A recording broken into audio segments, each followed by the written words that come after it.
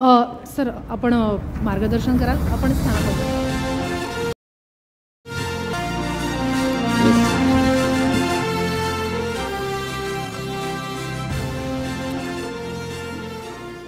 TV9च्या या सहकार क्षेत्रातील वेगवेगळ्या दिग्गजांचा सहकारावर प्रकाश टाकणारा आणि वेगवेगळ्या विषयाला धरून जो कार्यक्रम या संभाजीनगरमध्ये आयोजित करण्यात आला त्या TV9चे मी सर्वप्रथम आपल्या सर्वांच्या वतीने अभिनंदन करतो आणि त्यांना धन्यवादही देतो। आनास्कर साहेब मगाशी असं सांगून गेले आणि आनास्कर साहेबांचा अनुभव पाहता सहकारातला खूप वर्षापासून ते एक बँक सांभाळत आहे आणि मलाही सांगितलं आपण मार्गदर्शन करावं। खरं मार्गदर्शन करणे इतकं माझं अजून वय झालं नाही, परंतु सहकारातलं मला जे कळतं ते निश्चितपणाने त्याच्यावर प्रकाश टाकणं किंबहुना त्याच्यावर बोलणं हे गरजेचं आहे। ग्रामीण अर्थव्यवस्था बळकट करण्यात शेती आणि सहकार एकमेकांना पूरक आहे का असा जर विचार केला तर निश्चितपणाने ते पूरक आहे। कारण आतापर्यंत गावाच्या विकेसमधून विविध कार्यकारी सेवा सहकारी सोसायटीच्या माध्यमातून ग्रामीण भागातला शेतकरी आपल्याला पीक कर्ज घ्यायचं असेल तर त्या विकेसला अर्ज करायचा। ती विकेस जिल्हा मध्यवर्ती सहकारी बँकेकडे त्या शेतकऱ्याच्या नावाने यादी करून देऊन कर्ज मागायची आणि जिल्हा मध्यवर्ती सहकारी बँक MSC बँकेकडे जायची आणि MSC बँक मग तो फायनान्स त्या शेतकऱ्याला करायची। निश्चितपणाने ग्रामीण भागामध्ये अर्थव्यवस्था बळकट करण्यासाठी सहकाराचा मोठं योगदान आहे। फरक इतकाच झाला आहे, एक काळ होता सहकाराशिवाय पान हलत नव्हतं। आता मात्र हळूहळू सहकारामध्ये त्या वेळेलापासून ते आजपर्यंत पाहिजे ते बदल जे अपेक्षित होते ते केले गेले नाही आणि म्हणून खऱ्या अर्थाने थोडीशी खीळ सहकार चळवळीला बसली का असं जर विचारलं तर मी म्हणेल हो। त्याच्यात त्या काळात जर निश्चितपणाने बदल झाले असते तर आणखीन काही ना काही बदल पुढे होत गेले असते, परंतु आहे त्या पटरीवर चालण्याची खूप वर्षापासूनची सवय पाहता जिल्हा मध्यवर्ती सहकारी बँकेने एक वेगळा कायदा पारित करायचा राज्य सरकारच्या माध्यमातून सहकारातून। तो काय कायदा असेल तर शेतकऱ्याच्याकडनं दामदुपटीपेक्षा व्याज जास्त घेता कामा नये आणि मग MSC बँक जिल्हा मध्यवर्ती सहकारी बँक सोसायटी पातळीला आणि बँक पातळीला मात्र अनिष्ट तफावतीचा मोठा फुगावटा। आता अनिष्ट तफावत काय म्हणल्यावर नवीन पिढीला जरा अडचणीचं होईल। अनिष्ट तफावत म्हणजे शेतकऱ्याकडून व्याज घ्यायचं नाही, सोसायटीकडून मात्र बँकेने व्याज घ्यायचं असा जो प्रकार अनिष्ट तफावतीचा जिल्हा मध्यवर्ती सहकारी बँक आणि विविध कार्यकारी सेवा सोसायटीच्या मध्ये जो गॅप मोठा मोठा पैशाचा येणे दिसतो त्याला अनिष्ट तफावती म्हणतात। परंतु साधा त्या कायद्यात थोडा बदल केला असता आणि जर तो कायदा बदलला गेला असता तर या अनिष्ट तफावतीचं विरुद्ध त्या विकेसला लागलं नसतं आणि विकेस मोडकळीस आल्या नसत्या। तुम्हाला शेतकऱ्याकडनं जर व्याज घ्यायचं नाही तर पर्यायाने बँकेने पण घेऊ नये असा का कायदा करू नये। ह्या वस्तुस्थितीला धरून मी असं म्हणेल की आपल्याकडनं काही राहून गेलं करायचं म्हणून खऱ्या अर्थाने आपल्याला असं वाटायला लागलं की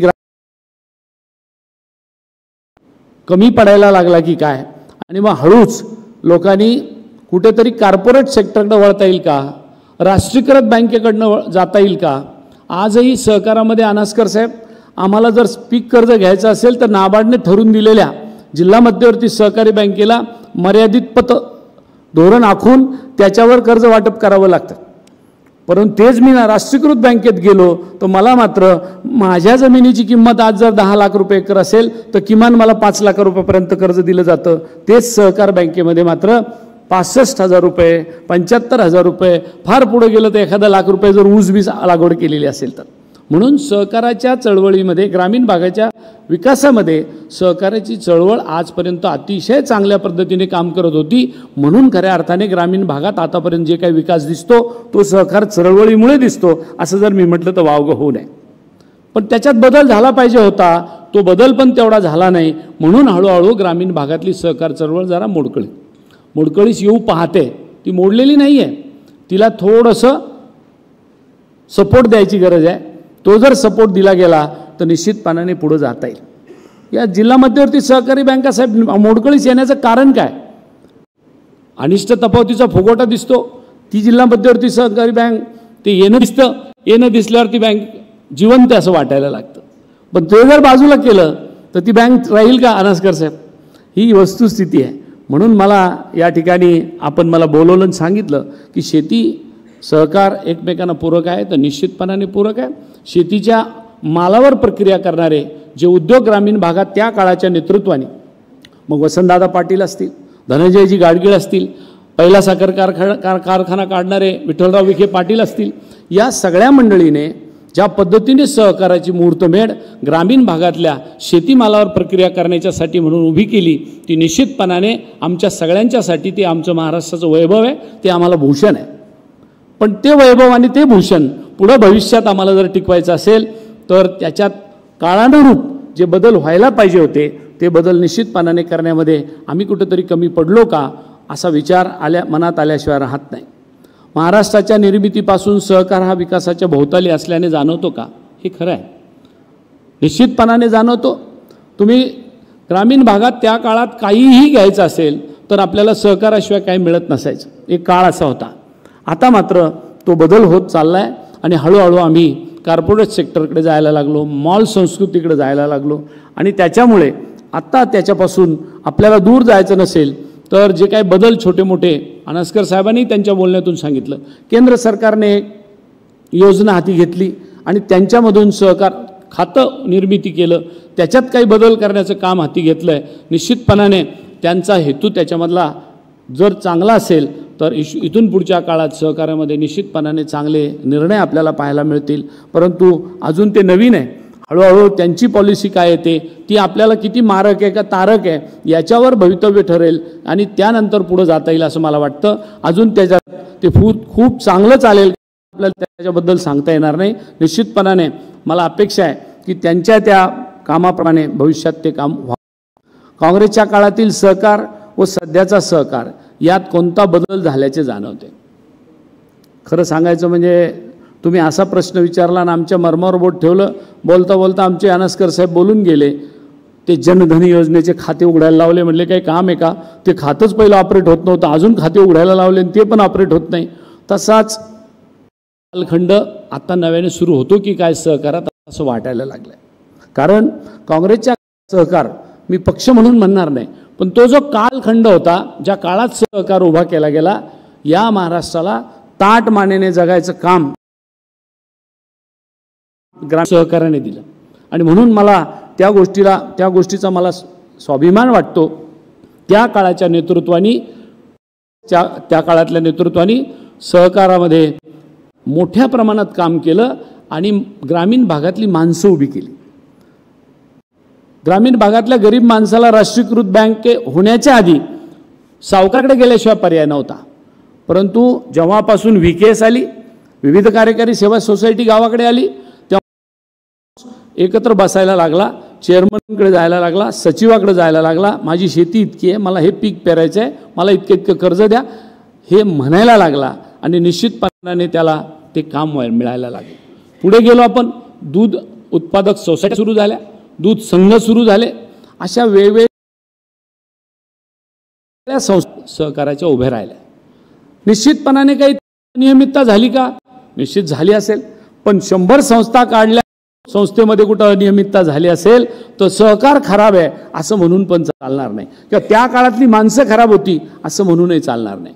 परंतु आता कुठेतरी सहकाराच्या बद्दल सध्याची जी भूमिका होते ते कुठेतरी ह्या सहकारामुळे महाराष्ट्र राज्य खूप फोपावला आणि पुढे गेला. याचे नेतृत्व निश्चितपणाने या राज्यातलं अनेक ठिकाणी जर सहकारामुळे नेतृत्व पुढे गेलं असेल तर ते कुठेतरी कोणाच्या डोळ्यात येते की काय आजकाल वाटायला लागलं. म्हणून सध्याच्या सहकारामध्ये जे बदल करण्याची परिस्थिती आहे, अनास्कर साहेब, त्यातले चांगले बदल आपण त्याचं स्वागत करूया. पण त्याच्यामध्ये काही राजकीय बदल असेल, राजकीय हेतूने प्रेरित असतील, तर ते सुद्धा बदल होता कामा नये, हे सुद्धा मला या ठिकाणी निश्चितपणाने सांगितलं पाहिजे. प्रक्रिया उद्योगामुळे सहकार हा फायद्यातला व्यवसाय असल्याचे जाणवते का? निश्चितपणाने फायद्यातलं होते. साखर कारखाना उद्योग म्हणून सहकारामध्ये फार मोठी यंत्रणा या राज्यामध्ये उभी राहिली. त्यामुळे आपलं राज्य नावारूपास आलं. यापूर्वी देशात कधी सहकार नव्हता, तो राज्याने उभा केला. आणि अशा परिस्थितीमध्ये मोठ्या प्रमाणात साखर कारखाने उभे राहिले आणि त्या उद्योगावर या ग्रामीण भागातल्या लोकांना काम पण मिळालं आणि त्याचा फायदाही त्याच्यात झाला. आता त्याच्यामध्ये काही दोष होते. कारखान्याला व्याज काय लावायचं, ते साखरेचे पोते कधी विकायला द्यायचे, सगळे कॉन्ट्राइंडिक्टरी कायदे, बरोबर कृष्णा पाटील. साखर विकायला परवानगी नाही, व्याज मात्र कारखान्यावर चालू आहे.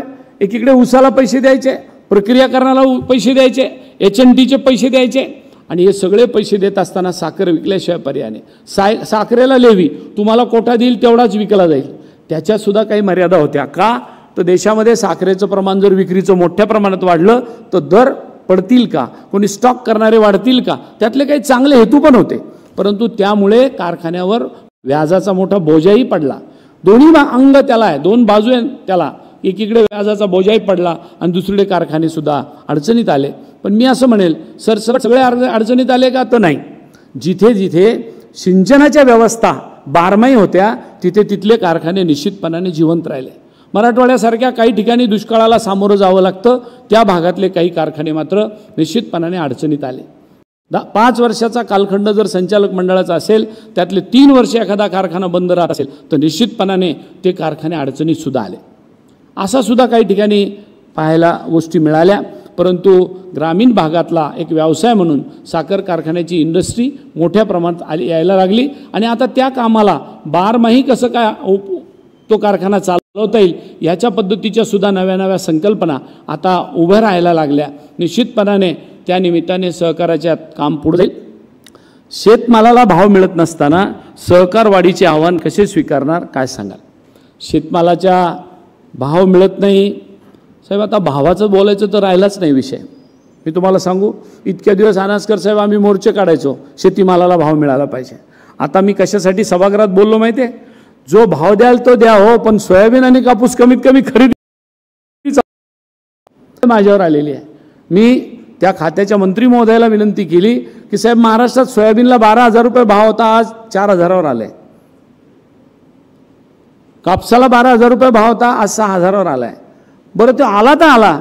CCIने कॉटन खरेदी बंद केली, नाफेडने सोयाबीनची खरेदी बंद केली. अशा परिस्थितीमध्ये शेतकऱ्यांनी जायचं कुठं, हा प्रश्न निश्चितपणाने आहे. तुम्ही भावाचा प्रश्न लिहिला की शेतीमालाला भाव नाही आहे.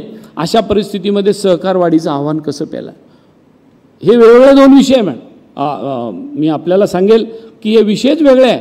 शेतीमालाला भाव का नाही, आता आमचा हरभरा आला की परदेशातून हरभऱ्याची देशातून तुरीची डाळ आयात केली गेली.